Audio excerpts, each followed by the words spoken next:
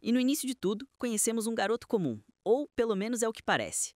Ele é abordado por um mago misterioso chamado Eldas, que o observa com atenção e pergunta se ele tem interesse em aprender magia. A conversa é breve, mas muda o destino do garoto para sempre. Poucos segundos depois, Eldas o leva para treinar, e a partir daí, a vida do jovem nunca mais será a mesma. Durante os treinos, Eldas o orienta com paciência e firmeza. Diz que ele deve sempre se esforçar ao máximo, pois um dia terá companheiros que precisará proteger, e para isso, deverá ser mais forte do que qualquer inimigo que encontrar pelo caminho. O mago fala com tanta convicção que até o garoto, inicialmente distraído, começa a se concentrar de verdade. Até que, de repente, o jovem consegue lançar sua primeira bola de fogo. Aquele pequeno clarão muda tudo. Ele se empolga, fascinado com sua nova conquista, e pela primeira vez, sente o verdadeiro poder da magia em suas próprias mãos. Curioso e animado, o garoto logo pergunta quando poderá aprender uma nova magia. Dá pra sentir a empolgação dele, mas Eldas corta o clima, dizendo que os treinos daquele dia acabaram. Em vez de continuar, eles vão pescar. Sim, pescar. O garoto, é claro, se irrita. Ele não quer saber de vara, linha e peixe. O único interesse dele é estudar magia. É nesse momento que Eldas o chama pelo nome pela primeira vez, Alec, e diz algo que o garoto nunca esqueceria, que ele possui um talento natural tão grande que poderia, sem dúvida, se tornar um mago de primeira classe, mesmo sem o treinamento dele. Alec fica sem entender nada. Se ele já tem talento, por que Eldas está o ensinando? Eldas tenta responder, começa a explicar o verdadeiro motivo de estar ajudando o garoto, mas antes que pudesse concluir, sente um puxão na vara e perde completamente a concentração. O peixe é enorme e ele tem dificuldades para segurá-lo. Alec observa e, claro, não resiste. Pega a vara, puxa com força e consegue tirar o peixe da água. Dias se passam e Alec volta a mergulhar nos livros de magia. Determinado, ele tenta absorver tudo o que pode. Eldas, percebendo seu esforço, se aproxima e o ajuda a entender as teorias mais complexas, tornando-as simples e claras. Mas, algum tempo depois, Alec descobre algo inesperado. Eldas está de partida. Ele vai viajar para longe e, antes de partir, dá ao garoto um último conselho: não se torne mago da corte. Alec não entende nada. Ele sempre quis isso. Então por que Eldas o ensinou magia se agora proíbe ele de seguir esse caminho? Finalmente, Eldas revela o motivo. Ele devia algo à mãe falecida de Alec. Era uma dívida de gratidão. Dito isso, o mago vira de costas e segue o seu caminho, deixando o garoto sozinho, olhando o mestre se afastar até desaparecer no horizonte. Os anos passam. Alec cresce, amadurece.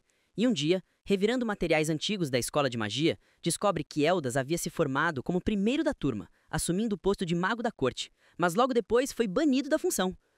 Alec finalmente entende o motivo da tristeza e do conselho de Eldas. Ele sabia que a corte não era um bom lugar, mas em vez de seguir o aviso, Alec decidiu o contrário. Durante a conversa, o príncipe pergunta qual era exatamente a função de Alec. Ele responde com calma: apoiar a realeza com a sua magia. Mas o príncipe não parece satisfeito. Ele começa a recordar a última batalha em que lutaram lado a lado e apontar que todos os membros da equipe foram decisivos, exceto o Alec. Para ele, Alec foi apenas um suporte, alguém que fez o básico, e sendo assim, não merecia o título de mago da corte. Humilhado, Alec tenta se explicar, mas o príncipe o interrompe com desprezo, dizendo que se simplesmente admitir que é inútil, as coisas ficarão menos vergonhosas. E não para por aí. Taylan, uma das integrantes do grupo, também critica Alec. Diz que ele sempre pedia para recuarem durante as missões, que tinha medo de ir mais fundo nas masmorras. E, para piorar, revela que ele só entrou no grupo porque o rei pediu pessoalmente. Caso contrário, ninguém em sã consciência o aceitaria. O clima fica pesado. O príncipe se irrita ainda mais quando nota Alec com uma espada. Para ele, um plebeu jamais deveria portar uma arma. Alec tenta argumentar, explicando que precisa da espada para enfrentar os monstros mais fortes da masmorra final, mas ninguém quer ouvir. O príncipe, firme e arrogante, apenas diz que Alec não deve agir por conta própria, enquanto fizer parte do grupo. E com isso, vira as costas e vai embora, levando todos os outros junto. Alec é deixado para trás.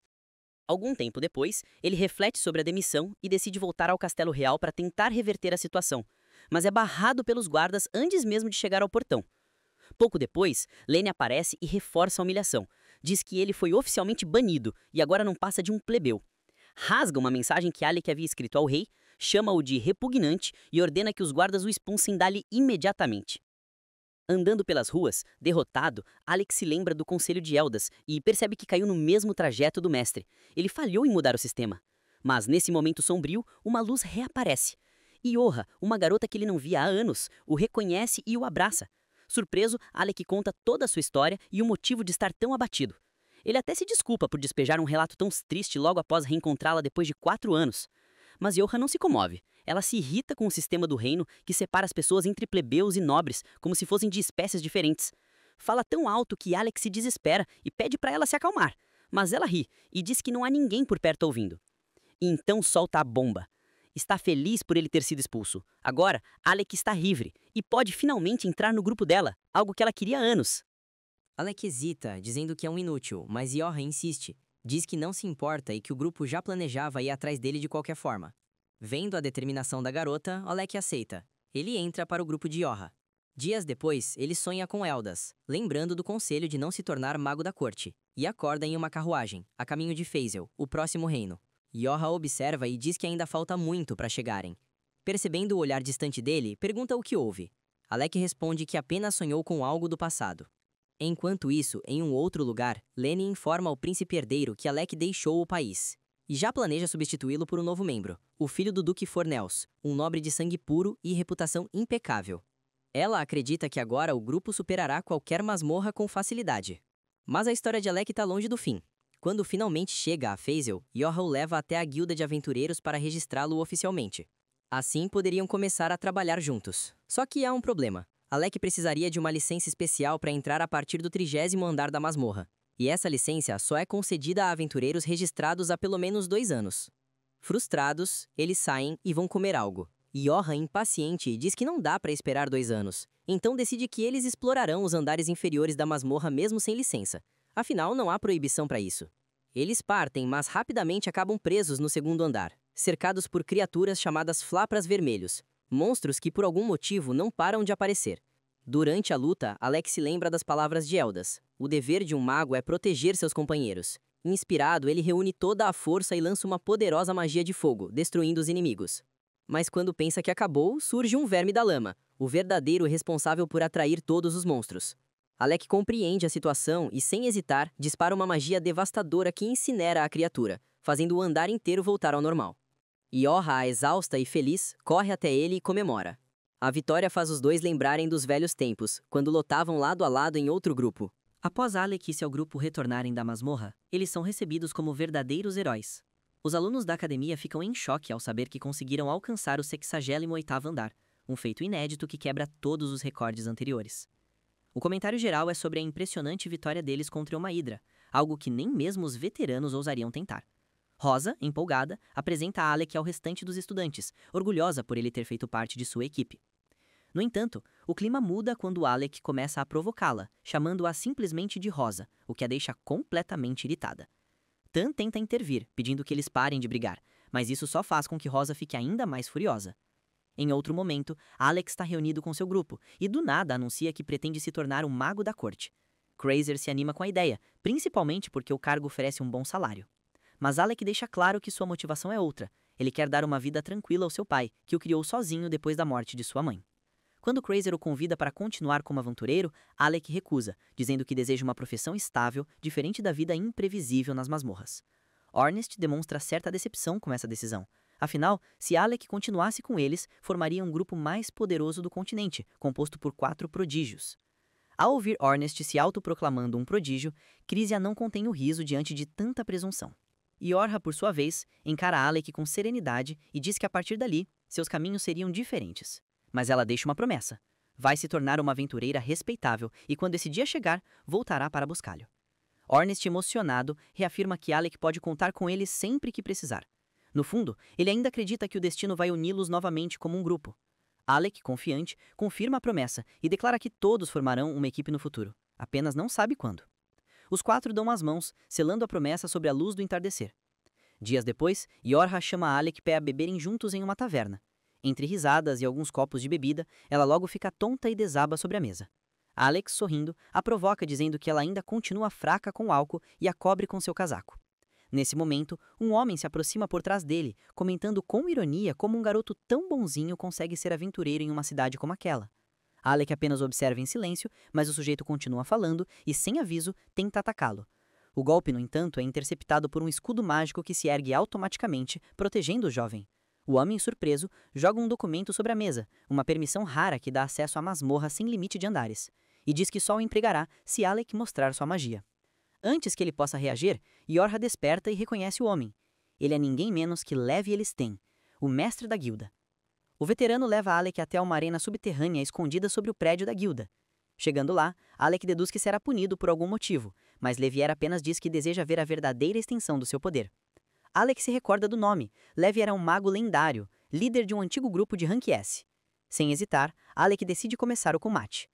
Ele dispara feixes de raio contra o mestre, mas percebe que ataques à distância são inúteis. Levier responde ativando uma magia de aprimoramento corporal e avança com um soco tão forte que lança Alec a vários metros de distância mesmo com o escudo. Alec se levanta, ri e admite que a força e a velocidade do oponente são dignas de um Rank S. Ele anuncia que deixará de se conter e lutará a sério. Levier o provoca, dizendo que quer ver até onde o jovem consegue ir. Alec conjura uma espada de energia e parte para o ataque, determinado. Então, Levier utiliza uma habilidade chamada Propulsão a Jato, movendo-se com velocidade absurda, mas Alec reage rápido e o acerta com sua magia de raio antes de golpeá-lo com a espada. Levier sorri, elogiando o garoto e dizendo que agora entende por que Yorha escolheu ele. Em seguida, revela seu artefato mágico favorito e avisa que a luta está apenas começando. Ele golpeia o chão, fazendo que o local trema e exibindo o poder devastador do artefato. Pergunta a Alex se ele pretende desistir agora que viu sua força real. O jovem, sem hesitar, responde que jamais fugiria de um desafio assim. Ele dispara mais feixes elétricos, mas Levier usa o artefato para curar seus ferimentos. Alec percebe isso e parte para cima, tentando impedi-lo de regenerar. Mas sua energia mágica se esgota. Exausto, ele cai no chão sem forças para continuar. Levier observa o resultado do teste e declara que Alec falhou, ainda não está pronto. Nesse momento, Ornest surge de repente, zombando de Levier por estar todo machucado mesmo sendo um Rank S. O mestre, rindo, reconhece que Alec é realmente talentoso. Mesmo com o desmaio do garoto, ele decide entregar a permissão como recompensa. Alec é levado até um sofá para descansar. Enquanto isso, Yorha conversa com Ornest, revelando detalhes obscuros sobre o tempo que Alec passou na corte. Ela explica que ele viveu em meio a uma nobreza elitista que desprezava plebeus, onde posição e sangue valiam mais do que esforço. Ornest fica enfurecido só de imaginar o sofrimento do amigo e diz que jamais suportaria um dia naquele ambiente. Eles comentam que Alec viveu 4 anos sob o domínio da corte, sendo constantemente humilhado e subestimado. Misha entra na sala avisando que há uma emergência na guilda, mas Levier sai irritado, arrastando-a pelos cabelos, dizendo que tem mais trabalho a fazer. Ornest, ignorando o aviso, propõe que Yorha e ele continuem bebendo enquanto ela conta mais sobre as humilhações que Alec sofreu. A cada detalhe, Ornest fica mais irritado, até que ela revela que o grupo de Alec chegou a desprezar até sua magia de suporte. Ele, surpreso, não sabia que o garoto dominava esse tipo de feitiço. Yorha confirma que ele nunca aprendeu isso na academia, ou seja, desenvolveu tudo sozinho, sem aptidão natural. Ornest então percebe o quanto Alec se dedicou, mesmo sendo injustiçado, e se revolta ao lembrar que a corte o chamou de inútil. Yorha explica que o motivo oficial da expulsão foi simplesmente que ele não servia mais. O guerreiro explode de raiva, esmurrando a mesa até quebrar a garrafa de vidro em sua mão. O barulho desperta Alec e pergunta o que está acontecendo. Ornest apenas diz que estava extravasando sua raiva. Yorha o acalma e conta que Levier, mesmo após a derrota, concedeu oficialmente a permissão para explorar a masmorra. Alec se anima imediatamente e diz que vai se preparar para o novo desafio. Mas Ornest o interrompe dizendo que há algo mais importante a fazer antes disso: vingar-se da corte. Ele quer invadir o palácio e acabar com o príncipe e seu grupo. Sua aura assassina toma conta da sala, mas Alec o detém, pedindo calma. Mesmo ressentido, ele diz que não sente ódio suficiente para buscar vingança. Ornest protesta, dizendo que é questão de justiça, mas Alec explica que isso é apenas o senso comum pessoal de cada um, não da sociedade. Yorha o apoia, lembrando que é proibido atacar outros grupos e que seguir o caminho da vingança só traria mais sofrimento. Ainda contrariado, Ornest pergunta se eles realmente vão deixar tudo assim. Alec o tranquiliza, dizendo que viver bem como aventureiro já será sua verdadeira forma de revanche. Mostrar à corte que ele pode brilhar sem precisar deles. Enquanto isso, Levier se encontra com Cristal, que relata uma emergência envolvendo um grupo de Rank S, chamado Recroma. O mestre percebe a gravidade da situação e reúne aventureiros experientes para uma missão de resgate. Nesse mesmo instante, Crisia usa sua magia de cura para tratar os ferimentos de Alec. Logo depois, Ornest surge empolgado, dizendo que receberam a missão diretamente de Levier. Alec fica surpreso ao ver Crisia concordando, mas ela revela que foi contra a ideia desde o início. Ornest apenas aceitou por todos. O grupo segue até a masmorra designada. Ao chegar, Ornest sente um misto de nostalgia e excitação, lembrando das antigas aventuras ao lado de Alec. O garoto pede desculpas por ter demorado a retornar, prometendo que agora fará o nome do grupo ecoar pelo mundo. E enquanto ele fala, há um brilho de determinação em seus olhos. No fim, Ornest apenas sorri dizendo que essa será a melhor vingança possível. E assim, entre promessas, cicatrizes e novos começos, Alec dá mais um passo em sua jornada, não como um garoto rejeitado pela corte, mas como um mago que um dia fará o mundo se curvar diante da sua força.